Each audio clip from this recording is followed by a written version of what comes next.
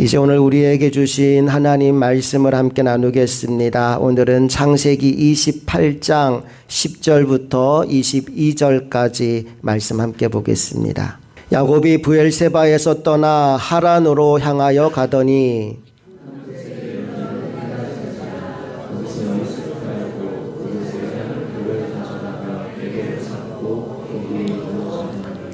꿈에 본즉 사닥다리가 땅 위에 서 있는데 그 꼭대기가 하늘에 닿았고 또 본즉 하나님의 사자들이 그 위에서 오르락 내리락 하고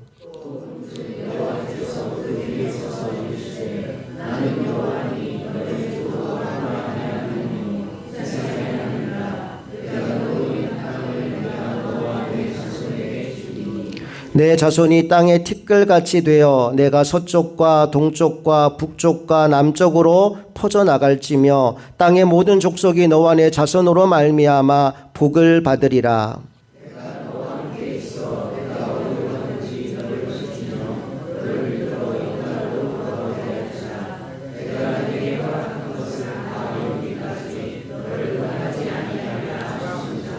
야곱이 잠이 깨어 이르되 여호와께서 과연 여기 계시거늘 내가 알지 못하였도다.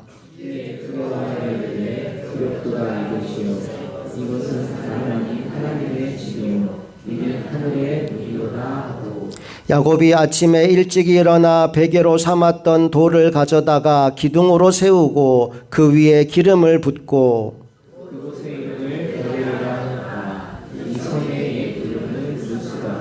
야곱이 소원하여 이르되 하나님이 나와 함께 계셔서 내가 가는 이 길에서 나를 지키시고 먹을 떡과 입을 옷을 주시어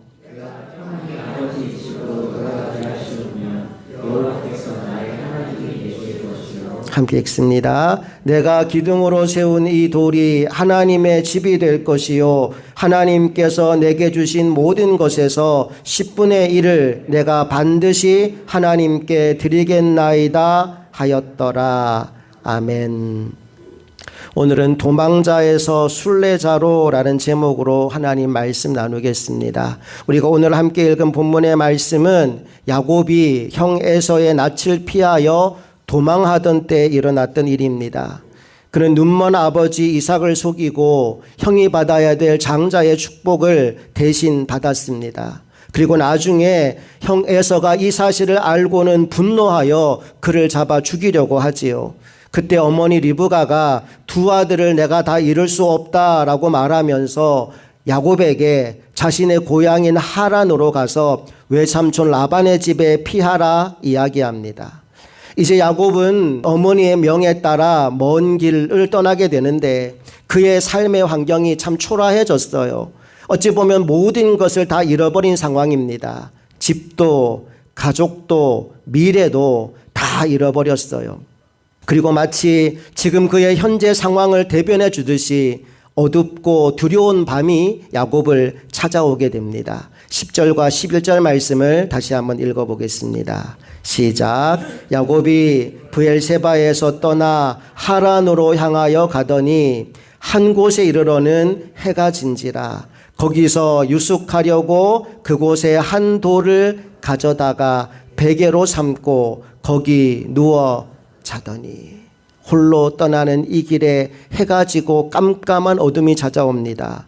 베개도 덮을 이불도 하나 없는 그곳에서 돌 베개를 베고 누워있는 야곱의 심정을 한번 떠올려 보십시오. 그의 마음이 어떠할까요? 두려움도 있었을 것이고 외로움도 찾아왔을 것이고 내가 왜 그랬을까 후회와 자책하는 마음도 아마 그에게 찾아왔을 겁니다. 그런데 바로 그날 야곱은 그의 인생 가운데 평생 잊지 못할 놀라운 경험을 하게 됩니다. 하나님이 그날 그 야곱을 찾아오신 겁니다. 12절 말씀 다 같이 시작. 꿈에 본즉 사닥다리가 땅 위에 서 있는데 그 꼭대기가 하늘에 닿았고 또 본즉 하나님의 사자들이 그 위에서 오르락 내리락 하고 꿈에 사닥다리 하나가 보입니다. 그 사다리가 시작된 지점은 저 하늘입니다. 하늘에서부터 땅으로 내려온 그 사닥다리로 하나님의 천사들이 오르락 내리락 하고 있는 거죠. 이제 야곱이 눈을 들어 그 꼭대기에 누가 있는지를 봅니다. 그랬더니 세상에 거기 하나님이 계신 거예요. 그리고 하늘로부터 이런 음성이 들려옵니다. 13절 시작. 또 본즉 여호와께서 그 위에 서서 이르시되 나는 여호와니 너희 조부 아브라함의 하나님이요 이삭의 하나님이라. 내가 누워있는 땅을 내가 너와 내 자손에게 주리니. 하나님이 자신을 어떻게 소개하고 있나요? 나는 여호와니 너의 조부 아브라함의 하나님이요 이삭의 하나님이라 말씀합니다. 나는 너의 할아버지 아브라함의 하나님이고 나는 너의 아버지 이삭의 하나님이야 라고 말씀하시는 거죠. 그리고 이어서 이렇게 말씀합니다. 내가 누워있는 땅을 내가 너와 내 자손에게 주리니. 여러분, 이 말의 의미는 이제 내가 너의 하나님이 되려고 한다라는 것입니다. 여러분, 오늘 여러분에게 하나님은 어떤 하나님이십니까? 할아버지의 하나님, 아버지의 하나님, 어머니의 하나님, 혹은 남편의 하나님, 아내의 하나님. 여러분, 혹시나 여러분들에게 하나님이 나의 하나님이 아니라 누군가의 하나님이었다면 간절히 소망하기는 여러분 한 사람 한 사람에게 하나님이 나의 하나님으로 경험되어질 수 있기를 간절히 소망합니다. 머리로만 아는 하나님, 지식으로만 아는 하나님, 누군가에게 들어서 아는 하나님이 아니라 내가 직접 만난 나의 하나님, 내가 직접 체험한 나의 하나님, 그 하나님을 만나고 체험하는 은혜가 여러분 모두에게 임하게 되기를 간절히 소망합니다.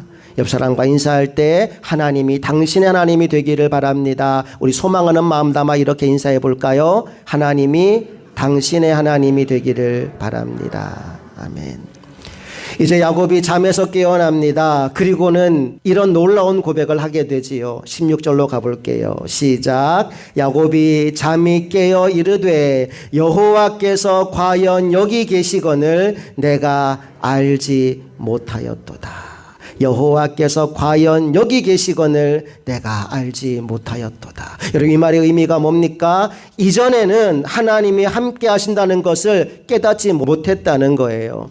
하나님께서 나와 함께 계시지 않은 것이 아니라 나와 함께 계심에도 불구하고 함께 계신다는 사실을 인지하지 못했는데 하나님을 만나고 나니까 하나님이 살아 계셨고 하나님이 나와 함께 하시는구나 라고 깨달았다라는 거예요.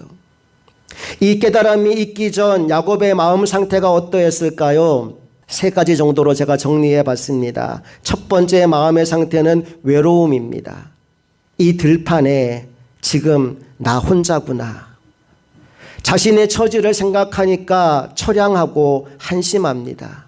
누구 하나 나를 도와줄 사람 없고 나와 함께하는 이가 하나도 없다 생각되어졌을 거예요.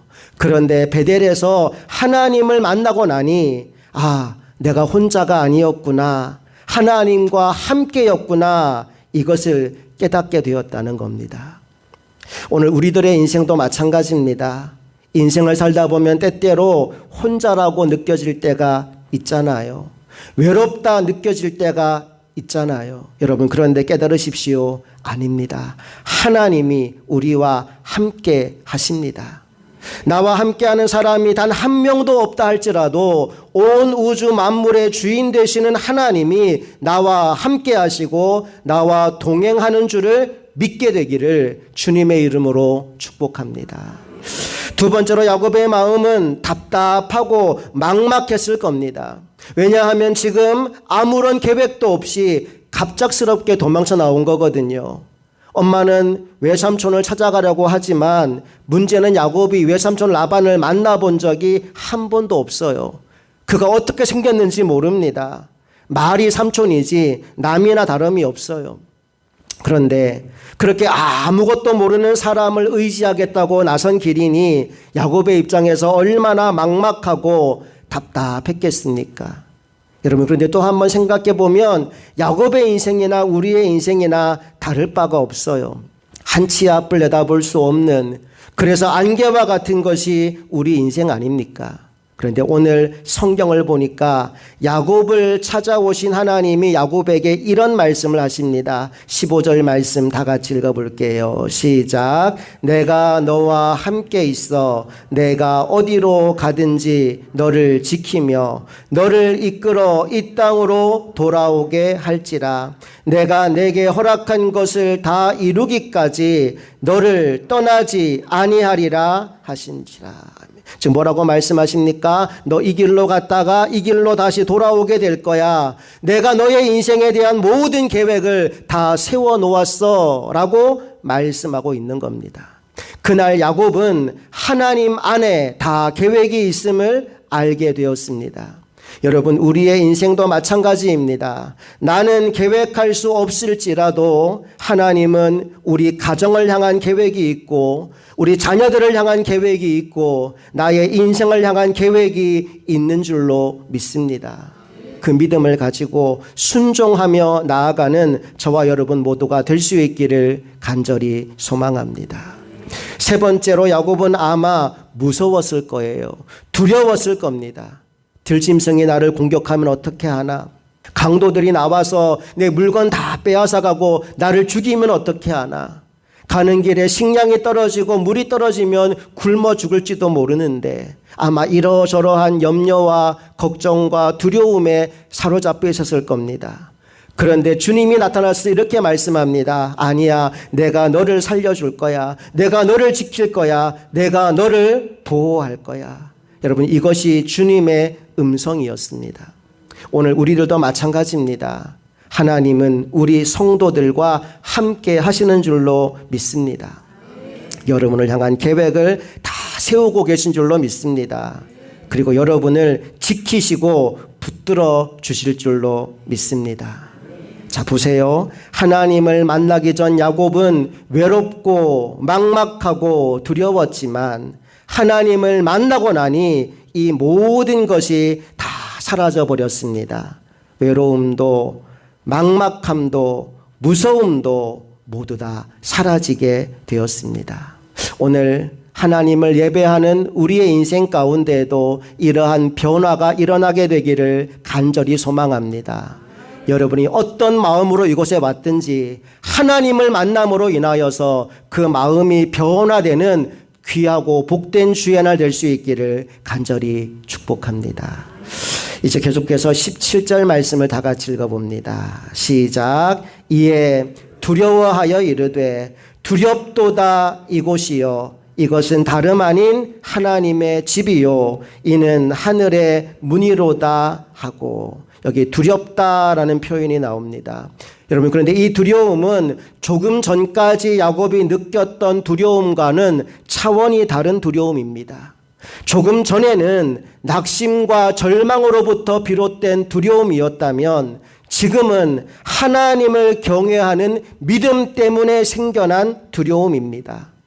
오늘 우리에게 진짜 하나님이 살아계시다는 믿음이 생겨나면, 또 그 하나님이 온 우주와 만물을 다스리고 계신다는 사실을 깨닫게 되면 내 마음속에서 하나님을 우습게 여기지 못합니다. 하나님을 가볍게 생각할 수가 없어요. 그래서 내 마음속에 하나님을 두려워하는 마음이 생겨납니다. 그걸 경외라고 표현하지요.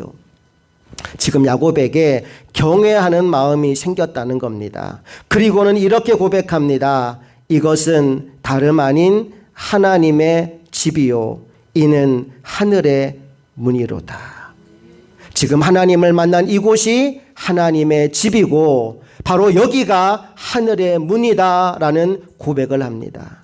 여러분, 질문 하나 드려볼게요. 하나님께 우리들처럼 집이 필요할까요? 집이 필요 없을까요? 하나님께는 집이 필요 없어요. 이 우주 만물이 다 하나님 건데 집이 무엇 때문에 필요하겠습니까? 성전을 건축했던 솔로몬이 이 사실을 알았기 때문에 성전을 아름답게 건축하고 봉헌하는 날 이런 고백을 합니다. 열왕기상 8장 27절 말씀을 다 같이 읽어볼게요. 시작. 하나님이 참으로 땅에 거하시리이까 하늘과 하늘들의 하늘이라도 주를 용납하지 못하겠거든 하물며 내가 건축한 이 성전이오리이까. 무슨 얘기입니까? 하늘의 하늘일지라도 하나님을 다 담을 수 없다는 거예요. 지금 내가 지은 요만한 이 성전에 어떻게 하나님을 담을 수 있겠느냐라는 겁니다. 그럴 수 없는 분이라는 거 솔로몬 자신도 알고 있다는 거예요. 그런데 하나님께는 집이 필요 없는데 왜 성경에서 하나님의 집이라는 표현을 쓰고 있는 걸까요? 그 이유는 하나님께는 집이 필요 없어도 하나님을 믿는 백성들에게는 집이 필요하기 때문입니다. 어떤 집이요? 하나님을 예배하는 집, 하나님을 찬양하는 집, 하나님께 기도하는 집. 여러분, 이걸 하나님의 집이라고 표현하는 겁니다. 우리 믿는 자들에게는 이 집이 필요한 거예요. 그 집이 바로 오늘 우리가 함께 예배를 드리고 있는 이 예배당인 줄로 믿습니다.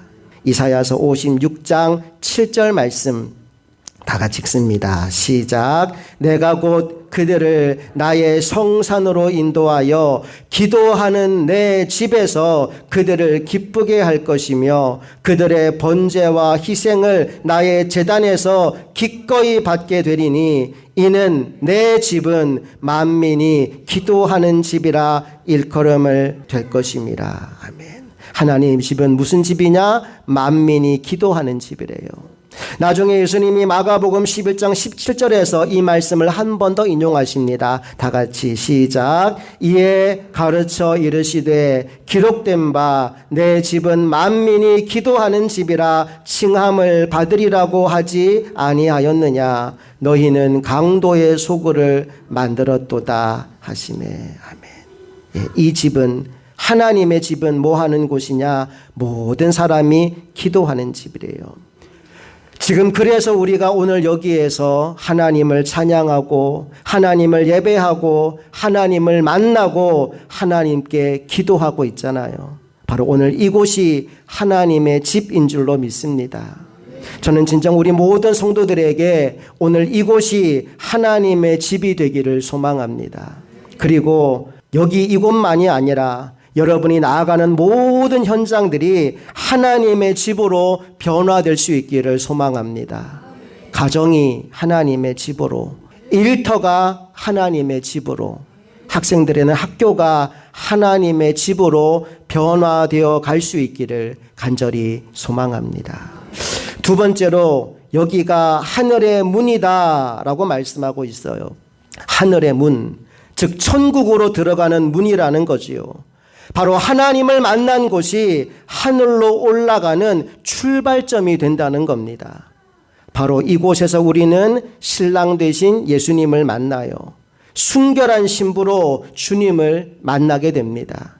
그리고는 신랑 되신 예수님이 우리를 데리고 영원한 나라로 들어가게 되지 않겠습니까?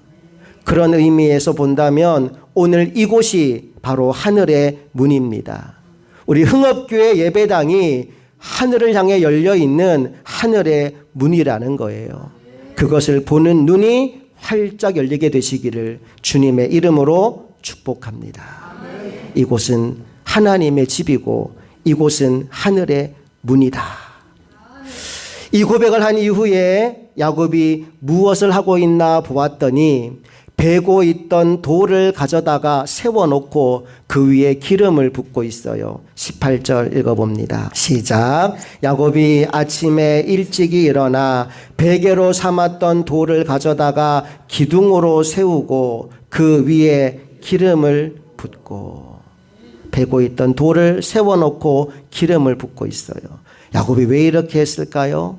지금은 내가 도망자의 신분이기에 하나님 앞에 제대로 된 예배를 드릴 수 없지만, 제대로 된 성전을 세워 드릴 수 없지만, 그러나 내가 지금 베고 놓은 이 돌을 세우고 내가 가지고 있는 기름을 정성껏 부으면서 이런 고백을 하는 거예요. 지금은 제가 이렇게밖에 못하지만 앞으로는 제가 제대로 된 제단을 쌓겠습니다. 제대로 된 예배를 하나님께 드리겠습니다. 예배자의 삶을 살아가겠습니다. 바로 이 고백을 하고 있는 거죠.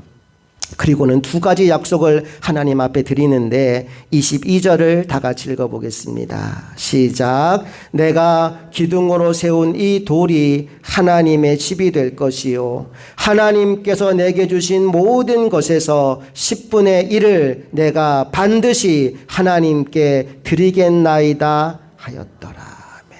두 가지 약속을 하는데 첫째, 이 돌이 하나님의 집이 될 것입니다. 둘째, 내게 주신 모든 것의 10분의 1을 내가 반드시 하나님께 드리겠습니다. 아까도 말씀드렸지만 하나님의 집은 하나님을 예배하는 곳입니다. 하나님께 기도하는 곳이고 하나님께 찬양하는 곳이고 하나님께 예배하는 곳입니다. 그러니까 하나님의 집이 될 것이라는 말을 다른 말로 바꾸면 내가 하나님께 예배하는 삶을 멈추지 않겠습니다 라는 얘기예요. 그래서 이 하나님의 집 10분의 1 이 두 가지를 현대적인 언어로 표현한다면 첫째, 주일 성수하겠습니다. 둘째, 11조 생활을 하겠습니다. 이 두 가지 약속을 지금 야곱이 하고 있는 거예요. 여러분, 주일 성수가 뭐냐 하면 내가 가진 시간의 주인이 하나님이라는 사실을 믿음으로 고백하는 겁니다. 다시 한번요. 주일 성수가 뭐라고요? 내가 가진 시간의 주인이 하나님이심을 신앙 고백하는 거예요. 그러하기에 제대로 주일 성수한 사람은 이렇게 고백합니다. 하나님, 오늘도 주일을 맞이하여 주님 전에 나와 예배하게 하시니 감사합니다. 오늘 주신 말씀 붙잡고 나머지 6일을 믿음으로 잘 살아내겠습니다. 여러분, 이게 진짜 주일 성수예요. 일요일 날 교회에 한번 왔다 가는 게 주일 성수가 아니고 모든 시간의 주인이 하나님이신데 그 첫날을 내가 예배로 하나님께 드립니다. 나머지 모든 날도 하나님 말씀대로 살겠습니다.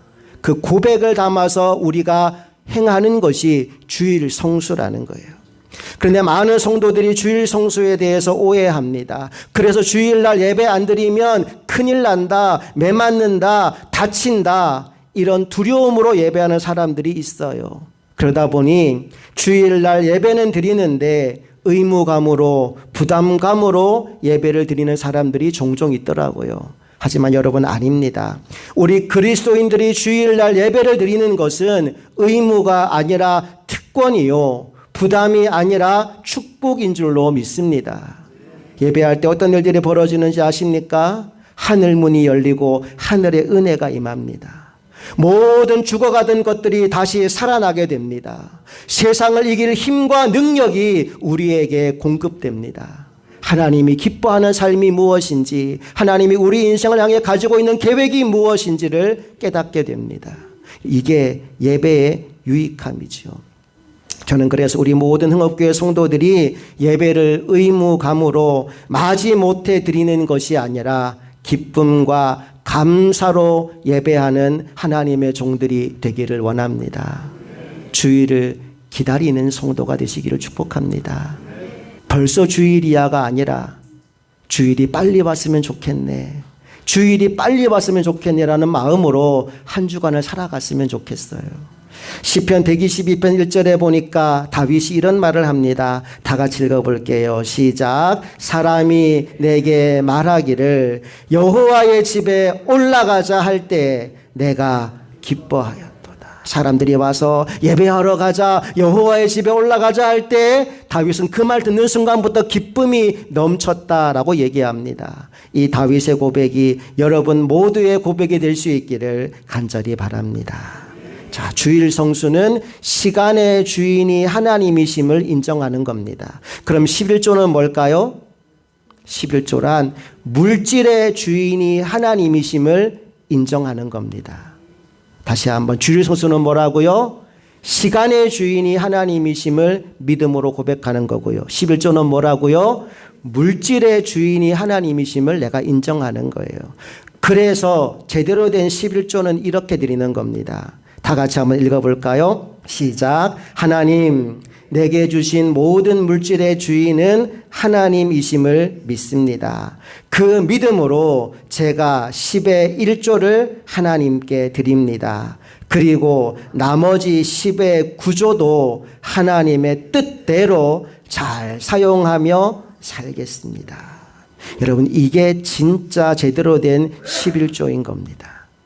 여러분, 시간의 주인이 하나님이심을 인정한다면 예배의 자리를 사모하시고, 물질의 주인이 하나님이심을 인정한다면 하나님께 드리는 것을 아까워하지 않게 되기를 간절히 바랍니다. 이제 19절 말씀을 읽고 오늘 설교를 마무리할까 합니다. 다 같이 19절 읽어봅니다. 시작. 그곳 이름을 베델이라 하였더라. 이 성의 옛 이름은 루스더라. 아멘. 베델이라는 말은 합성어인데요. 벳이라는 말이 집이라는 말이고 엘이라는 말이 하나님이라는 말입니다. 그래서 하나님의 집이라는 뜻이죠. 참고로 예수님 태어나신 곳이 어디예요? 베들레헴이죠. 거기서 벳은 집이고 레헴은 빵이에요. 그러니까 빵집입니다. 예수님은 빵집에 빵으로 오신 분이에요. 나를 먹어야 너희가 산다. 우리에게 생명의 떡이 되기 위해 오셨는데 그분이 오신 곳의 이름이 베들레헴, 빵의 집이었어요. 아무튼 하나님을 만난 이후에 그곳의 지명이 바뀝니다. 루스라는 땅이 하나님의 집이라는 의미의 베델로 바뀌어지게 된 거지요. 지역의 이름만 바뀐 것이 아닙니다. 야곱의 인생도 바뀝니다. 하나님을 만나기 전 야곱은 도망자였는데 하나님을 만난 이후 야곱은 하나님과 함께 믿음의 길을 걷는 순례자가 됩니다. 하나님을 만나기 전 이 길은 두려움의 여정이었는데 하나님을 만난 이후 이 길은 믿음의 여정이 됩니다. 달라진 건 아무것도 없어요. 하나님과의 만남이 그의 인생을 이렇게 바꿔놓은 거예요. 오늘 우리들도 마찬가지입니다. 하나님은 우리의 실패를 믿음의 출발점으로 우리의 외로움을 예배의 자리로 바꿔주시는 분이십니다. 그러므로 여러분, 오늘 혹시 외롭고 두려운 광야의 길에 서 있는 분이 계신다면 오늘 그 자리에서 하나님을 만나게 되기를 축복합니다. 베델의 하나님이 오늘 이 자리에도 함께 계신 줄로 믿습니다. 함께 기도하겠습니다. 좋으신 아버지 하나님, 은혜와 사랑을 감사드립니다. 외롭고 두렵고 막막한 길을 가던 야곱을 하나님이 찾아오셨고 너는 혼자가 아니라 말씀하시고 너의 인생을 향한 계획을 내가 다 가지고 있다고 말씀하시고 너를 통해 내가 놀라운 일을 이룰 것이다 말씀하십니다. 그 말씀을 듣고 난 이후에 야곱의 인생이 바뀝니다. 두려웠던 그가 자신이 베고 있던 돌베개로 제단을 쌓고 기름을 부으며 예배하는 자가 되겠습니다. 어디를 가든 하나님의 집을 세우겠습니다. 그리고 하나님께 드리는 것에 아까워하지 않고 인색하지 않고 11조를 드리며 살겠습니다. 결단하는 모습을 우리가 말씀을 통해 만납니다. 하나님, 우리 인생에도 이런 변화가 일어나게 되기를 원합니다. 사람들의 눈치를 보며 또는 체면 때문에 의무감 때문에 주의 일을 하는 것이 아니라 주님을 만난 기쁨과 감격으로 인하여서 자원함과 기쁨과 즐거움으로 주님을 예배하고 주님을 찬양하고 주님께 드리며 살아가는 믿음의 종들 다 되게 하여 주시옵소서. 누군가의 하나님이 아니라 나의 하나님으로 하나님을 고백하는 우리 모두가 되기를 간절히 소망하며 우리 주 예수 그리스도의 이름으로 기도합니다. 아멘.